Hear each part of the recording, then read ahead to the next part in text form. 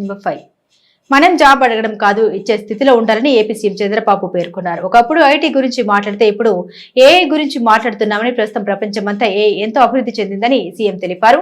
శనివారం అమరావతి సచివాలయంలో సీఎం మాట్లాడారు. ఎంఎస్ఎంఈలు సృష్టిస్తే ఎంతో మందికి ఉద్యోగాలు వస్తాయి. ఉమ్మడి ఏపీలో సీఎంగా ఉన్నప్పుడు ప్రపంచమంతా తిరిగి కంపెనీలు తెప్పించారని చంద్రబాబు అన్నారు.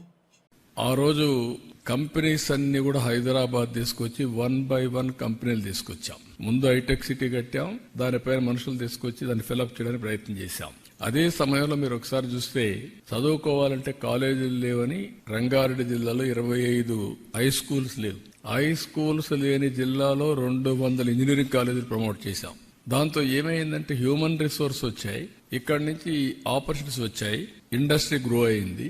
అదే సమయంలో ఆ రోజు ఇంగ్లీష్ కూడా మన పిల్లలకు సరిగా రాకపోతే ప్రొనౌన్సియేషన్ అర్థం చేసుకోవడం, అవతల మాట్లాడితే వీళ్ళు ఫాలో కాలేకపోతే ఐటీ చేస్తూనే ఇంగ్లీష్ కూడా టీచ్ చేశాం.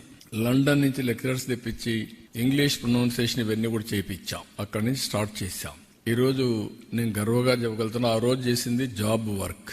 95 నుంచి మన వాళ్ళు బిగిన్ చేసింది జాబ్ వర్క్. అంటే అమెరికాలో డే టైం డాక్టర్స్ ప్రాక్టీస్ చేస్తే మనకు వాళ్ళకు రాత్రి, మనకు డే టైం, వీళ్ళు కూర్చొని వాళ్ళు పంపించిందంతా టైప్ చేసి కంప్యూటర్లో యాడ్ చేసి పెడితే నెక్స్ట్ డే మార్నింగ్ నుంచి వర్క్ స్టార్ట్ చేశారు. ఇప్పుడు ఆర్టిఫిషియల్ ఇంటెలిజెన్స్ ఆ వర్క్ కూడా అవసరం లేదు. ఏఐకి చెప్పేసి అది చేసేస్తుంది, మీ వాయిస్ అంతా కన్వర్ట్ చేసి టెక్స్ట్ పెట్టేసే పరిస్థితికి వచ్చాం. అక్కడి నుంచి స్టార్ట్ చేశారు. అక్కడి నుంచి స్టార్ట్ చేసిన వాళ్ళు నేను చాలాసార్లు చెప్పేవాడిని, నువ్వు ఉద్యోగం అడగడం కాదు, నువ్వు ఉద్యోగం ఇచ్చే పరిసరాలు, జాబ్ సీకర్ కాదు, జాబ్ ప్రొవైడర్ అని. నేను జురిక్ వెళ్ళినప్పుడు మొత్తం 500 మంది 12 కంట్రీస్ నుంచి వచ్చారు. 600 మంది వచ్చారు. వాళ్ళు ఎంత జుబిలియంట్ గా ఉన్నారంటే దగ్గర 25% 30% అందులో ఆంటర్‌ప్రెన్యూర్స్ ఉన్నారు. ఐటీలో వెళ్ళారు, ఉద్యోగాలు చేశారు. సెక్యూరిటీ కోసం ఒకరు వైఫ్ అండ్ హస్బెండ్ ఉంటే ఒకరు ఉద్యోగం చేస్తూ ఒకరు కంపెనీ పెట్టారు. ట్రాన్స్ఫర్మేషన్ లో వెళ్లారు. ఈ రోజు 25% యూరోప్ లో ఉండే పరిస్థితి వచ్చారంటే అమెరికాలో highest per capita income Indians, 30-35% Telugu వాళ్ళు. అమెరికాలో ఉండే అమెరికన్స్ ఆదాయం, తలసరి ఆదాయం $60,000. ఇండియన్స్ అమెరికాలో ఉండే వాళ్ళ ఆదాయం $1,20,000.